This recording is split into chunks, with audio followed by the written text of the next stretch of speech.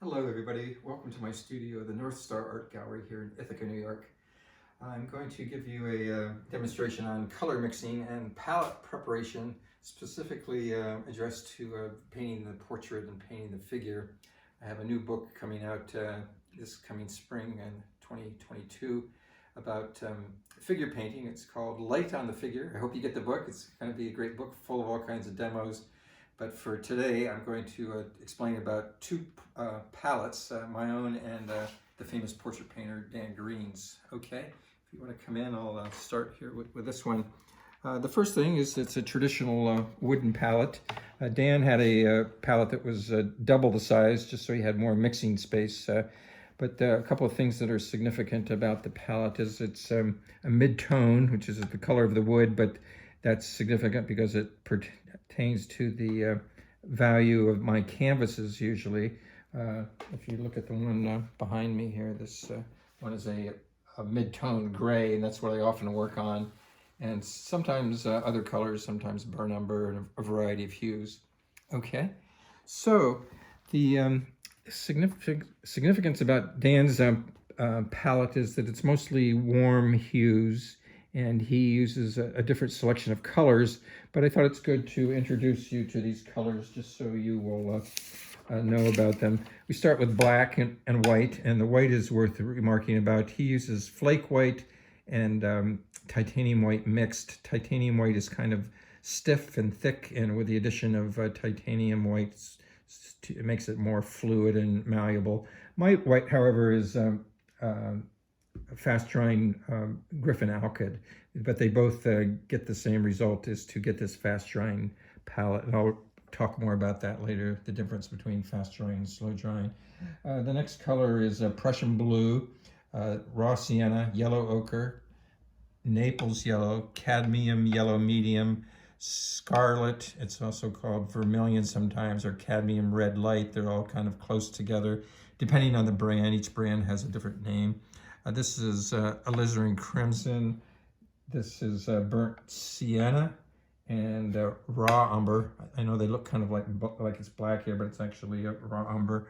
Burnt umber is a slightly reddish brown. Raw umber is a slightly yellowish brown.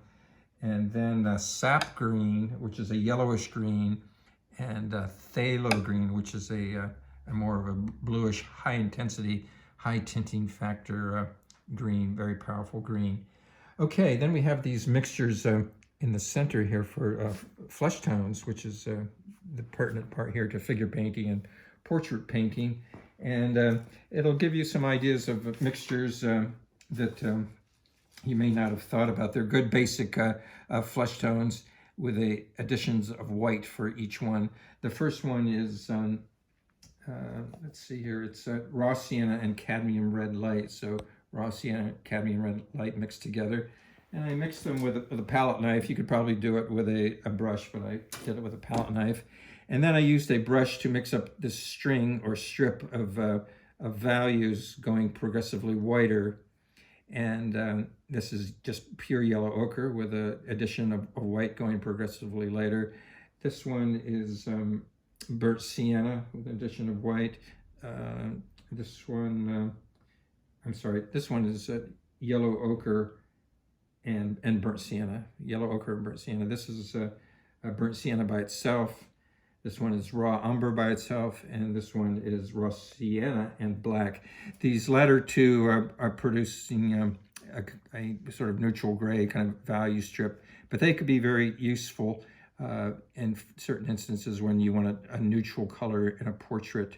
This is sort of similar to a pastel in a way. Dan was a great pastelist, and I work in pastel too. So the similarities is that you have all the colors here ready, just like you do in pastel. And if you want to modify them, you can use the mixing area. Okay, over here are examples of dark brown. And I talked about these before in a previous demonstration, but the difference here, instead of using phthalo green, I've used sap green, which is what Dan uses, which is a slightly warmer green. And this one has a predominance of the green, and this one has a predominance of the red. So these colors can be very useful in shadow areas.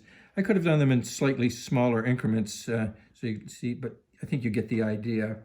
And this last mixture over here for dark is a mixture of raw umber, burnt sienna, and yellow ochre. And I'm just going to experiment here with this last one by adding a little bit of cadmium orange. And once again, the advantage of these is to see how to lighten a color without using white. So this is working out pretty good. This is a nice rust color here. Oops, maybe it'll... So these deep rust colors can come in quite handy at times.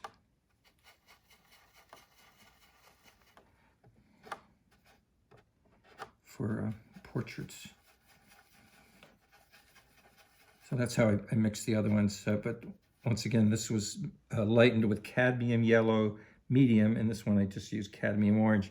But actually, this is a nice, some nice combinations in here of these sort of low chroma muted rust colors that could come in very handy with portraiture. Okay, so once again, pointing out, these are almost all warm hues, warm colors that are used here, which is often the case with portraiture. I'm going to set this aside, and then I'm going to explain about my own palette here.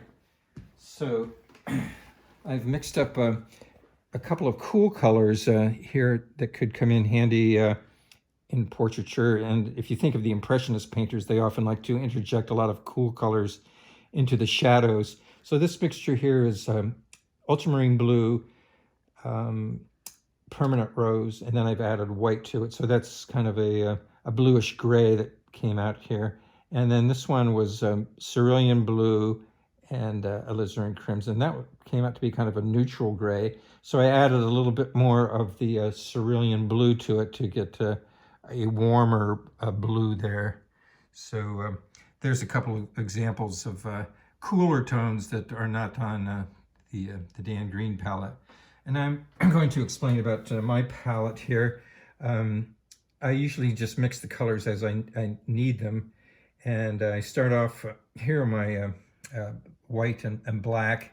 And then I have a mixture here I use for my drawing color, which I mix with this liquid here. It's oil of cloves, and what it does is it slows the drying time down, and I want the drying time to be slow on my drawing here.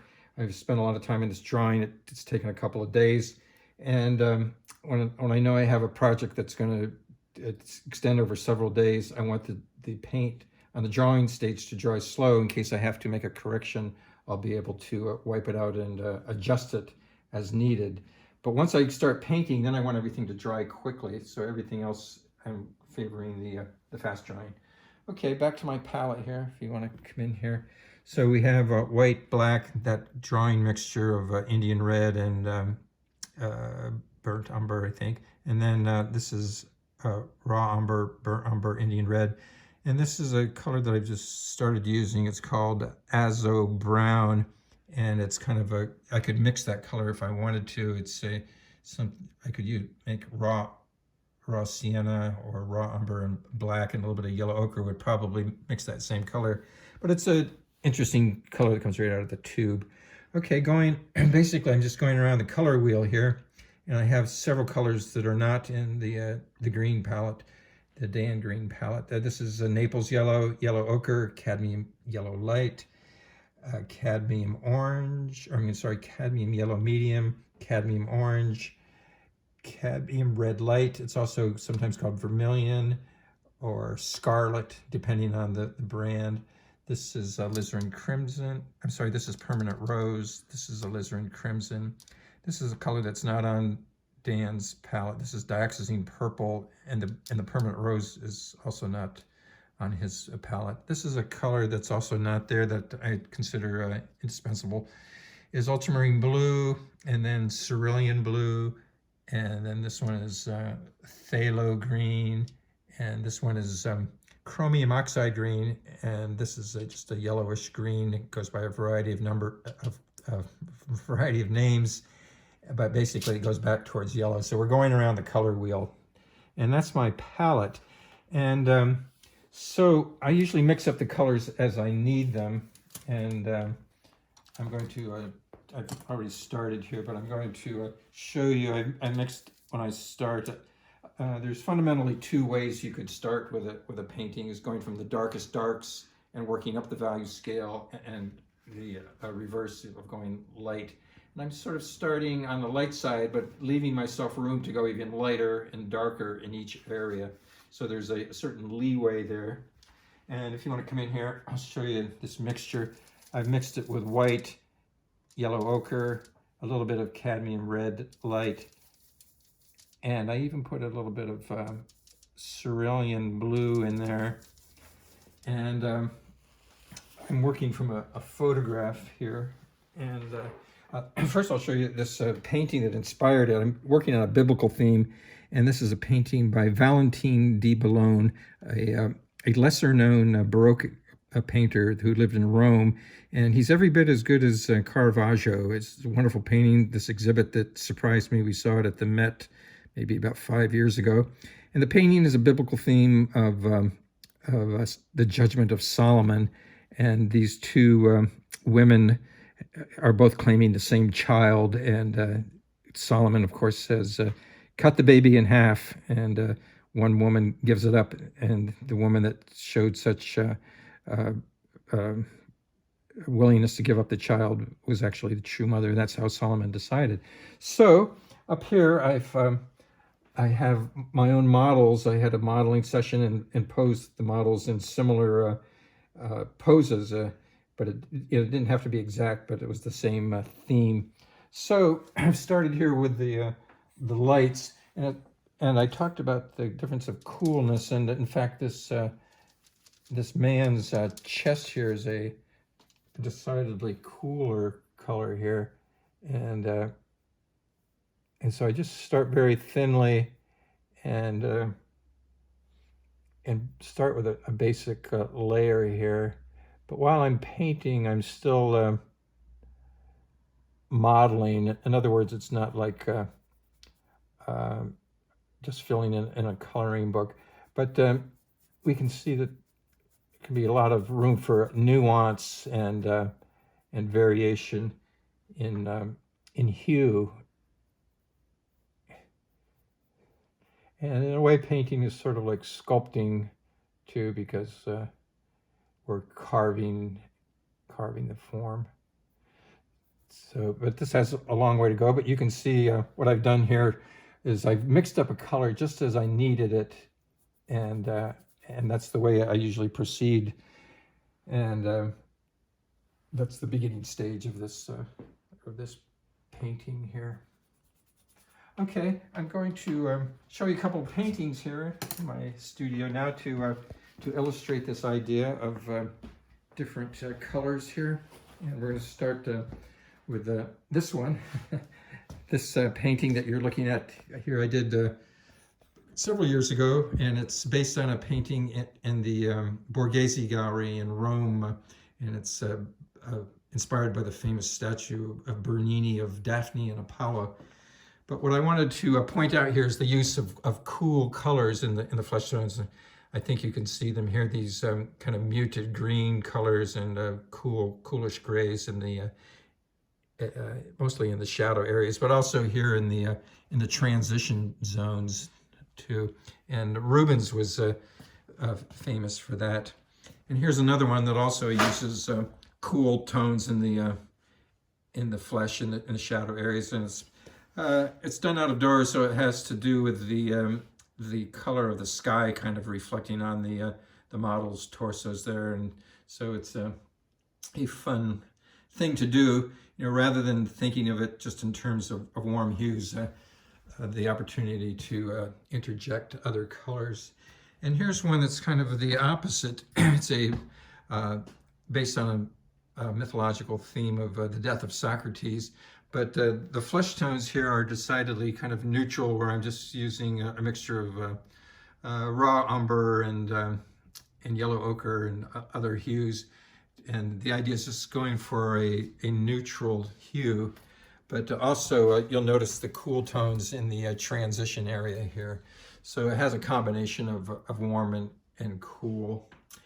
And I'm going to show you one other example here of, this is a new mythological theme.